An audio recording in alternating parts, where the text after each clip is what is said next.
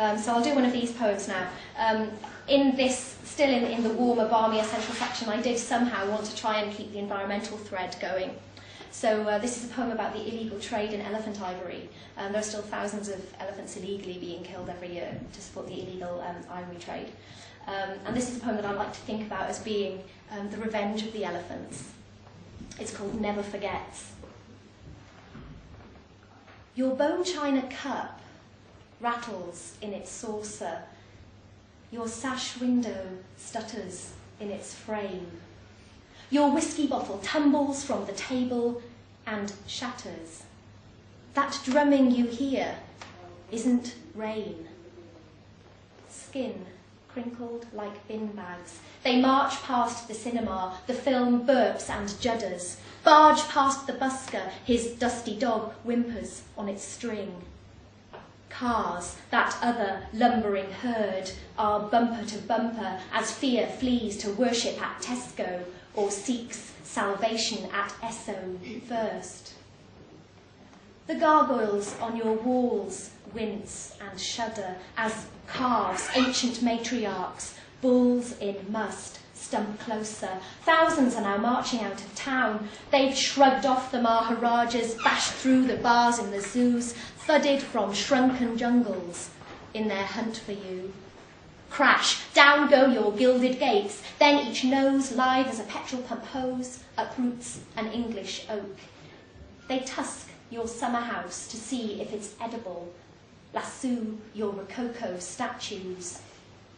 Cracks split your ceilings, your chimney stacks tumble, your stables crumble, and they trample through the rubble, dumping wrecking balls of dung. Your door caves in. They storm straight to your piano and rip out its teeth without anaesthetic, one by one.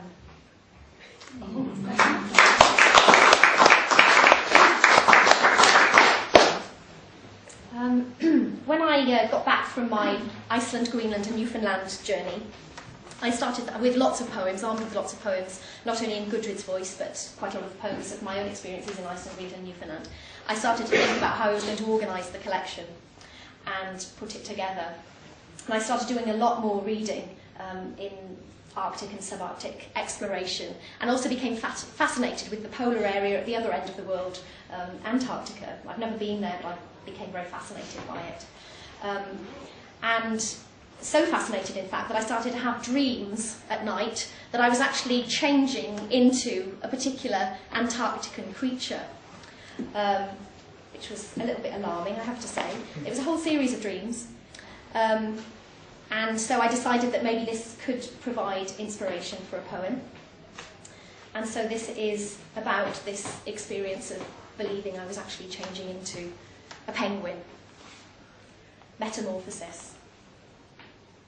To begin with, nothing drastic. The odd cold bath, aircon on max, the utter absence of shivers. Then the skin tingles, each pore forcing the shaft of a feather forth like a lid with a push-through straw. I go right off garlic crisp samosas, bright red curtains, Gauguin prints. If I must stay indoors, I want plain white tiles, a single chilled porcelain sink. And oh, the fingers, useless as if mittened, and stretched, the tips skimming the floor, scissors, chopsticks, forks, all binned.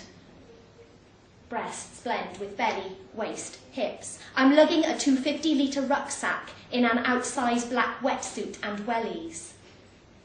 My tears taste of fish. Fresh fears keep me from sleeping. The flecked throats of bull seals. Ice melt. Oil slicks. I make a nest from the last strands in my hairbrush and what I once knew as pencils and string. Soon I must force this hard, new truth between my legs and hatch it.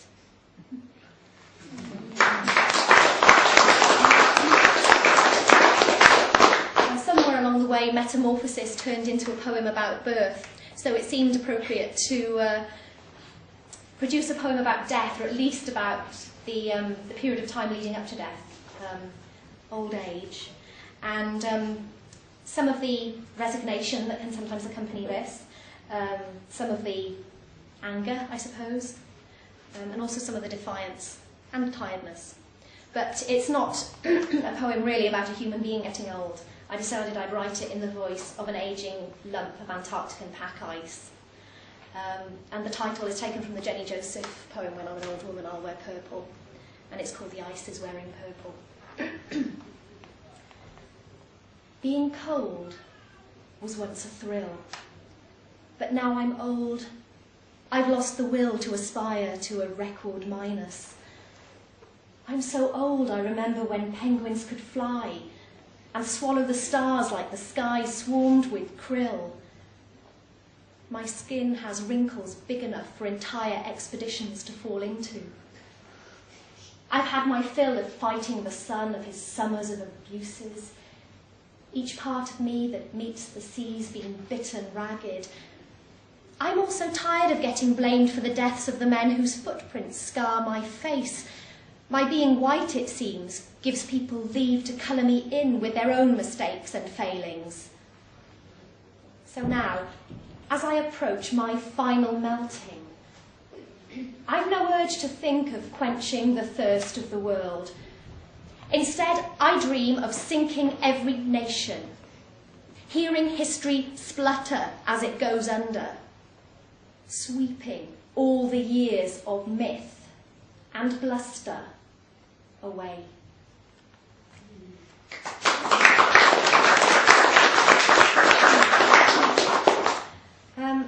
I'll do two poems now which are quite contrasting in tone, I suppose. One of them's a bit of a rant, and the other one, which is the one that I'll end with, is a new poem that's not actually from this book, which is more of a cartoon of a poem, I think, a bit more frivolous.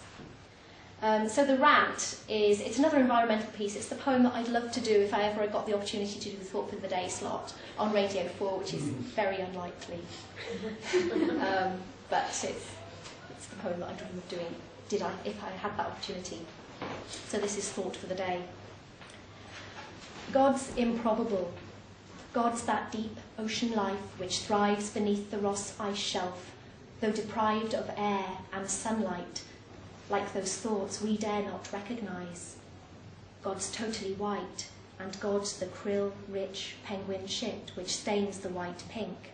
God's the chick which will die if it leaves its parent's pouch in under a minute. God's the blubber which keeps this parent alive. God can swim in seas of 40 degrees Fahrenheit and survive. God's the leopard seal skulking at the ice's limit that mauls all penguins that try to dive over the border into water. God's gone outside and maybe some time. God's died in a blizzard and has risen again in Ranulph Fiennes. God spouts misty lies from the blowholes of orcas. God sold his soul to the South Magnetic Pole and won't quit shifting. God is getting hot. Big chunks of God keep breaking off. God will force the waters of the world to rise, and he'll capsize much more than a lone Pacific atoll.